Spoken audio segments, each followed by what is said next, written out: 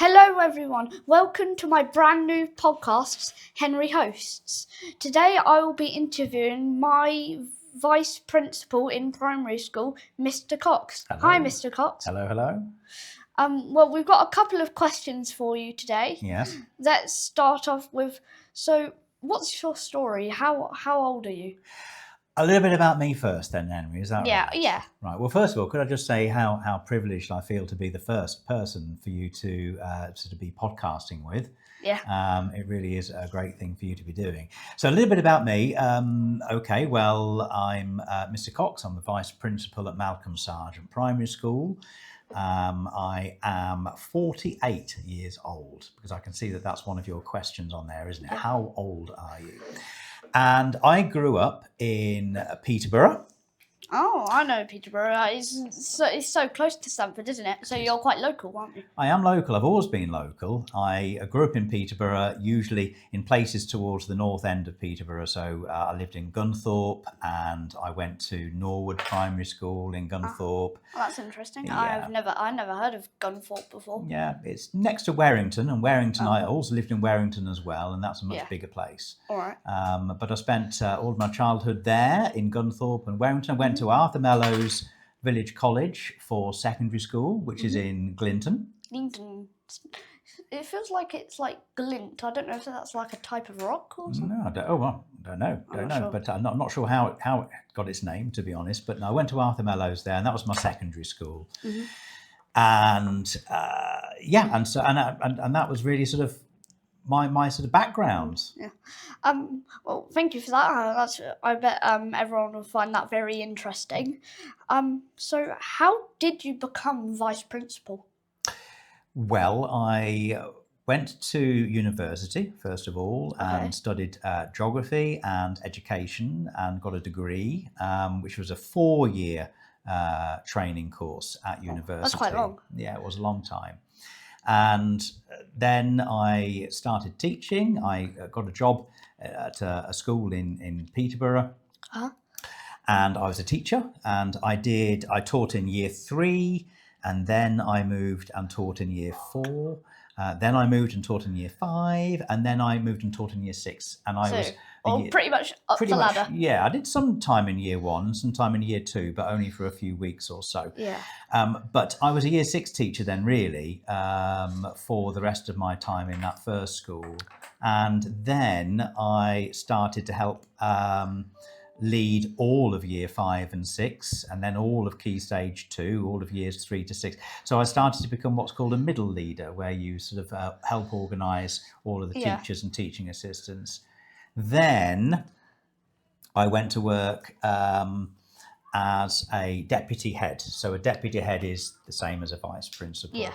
And I had lots of different responsibilities then. So that was really what happened next. And then I moved here and became a deputy head, vice principal here.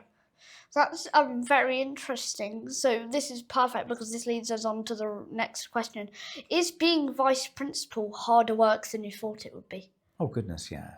Yeah, I mean, I absolutely love teaching, and I love working with children and helping them to learn and sort of shaping kind of the people that they become as they get older. That's all really, really rewarding. But being a vice principal is different, really, to being a classroom teacher, because not only am I responsible in looking after the children and sort of doing a really great job for them, but also in helping all of the teachers and teaching assistants as well to do the best job that they can as well. So that's what makes it a lot more hard, a lot more difficult, I think, is because you are having to think about a lot more other than the children in your class. Well, I'll tell you, I bet that a lot of people in Key Stage 2 think you do an absolute great job. Oh, thanks, Henry. Well done. That's great, thank you. So why, in particular, did you want to work at our school? Well, firstly, it was a really big school, and I quite liked the idea of actually working in a large school where there were lots and lots of boys and girls and lots of teachers and teaching assistants. So, it was a wonderful school site with a massive playing field. Yeah, we have a massive field, don't we? Yeah, really massive field. Lots and lots of potential to really make it into a really great place to come to. And when I first started work here, it was just after when Mr. Revel had started work here. And at that time, there was lots of things that we could do to improve the school, to make it an even better place to be. And so I was really excited in being involved in making it a really great place for people to come to learn. So, as you do many of our school assemblies now, when you were at school, were you in assemblies? Yeah. Do you know what? I remember my school assemblies really well. I absolutely loved them. And I remember my head teacher at Norwood Primary School was called Mr. Perkins. That's quite a funny name. Well, Mr. Perkins is actually related to, he's the grandfather of Lucy Perkins in year 5.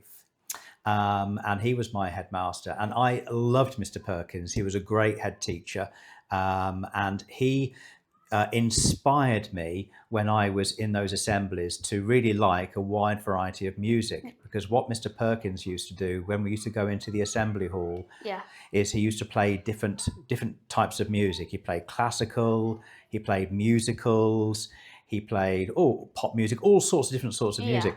And he really got me into listening to music and really liking certain styles and types of music from a very young age. So I look back really fondly at that, and with a lot of admiration for Mr. Perkins for having really gotten me into music in the way that he did.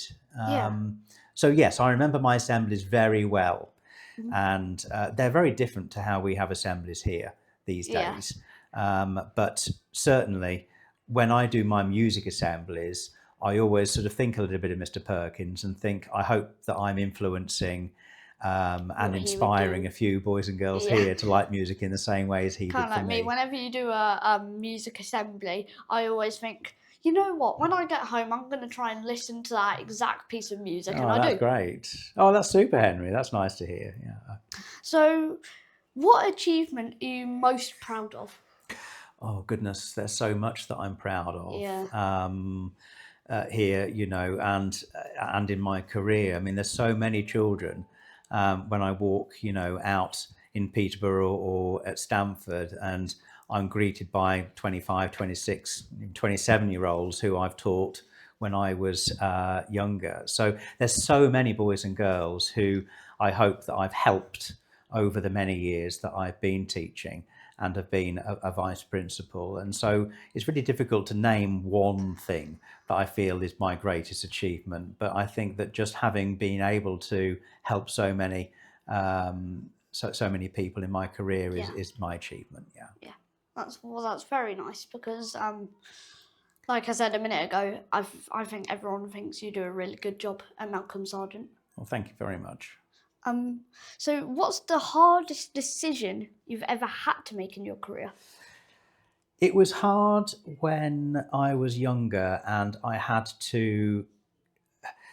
I was managing things, and I was also teaching in the class all of the time, and I loved teaching in the classroom as a class teacher, but I also wanted to help the teachers and help the staff to do a better job as well, and help more children than the 30 children that I had in my class. So to do that, I had to go into management, and I had to become a deputy head. But to become a deputy head, you kind of have to say goodbye to being the class teacher, and that was a difficult thing for me to do, I think, because I enjoyed both.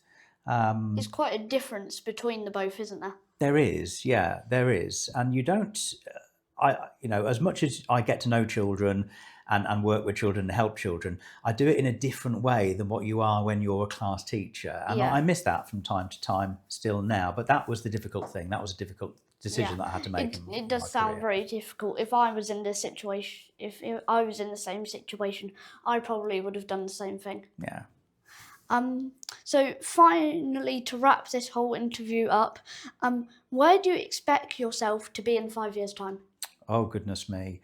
I'm very happy here at Malcolm Sargent Primary School. I wouldn't expect to be working anywhere else. And I really love the school. I love the boys and girls and the community here that are attached to the school. So I would imagine that 5 years down the line, I will just be a few more grey hairs, a little bit older, but still here doing the thing that I enjoy doing most.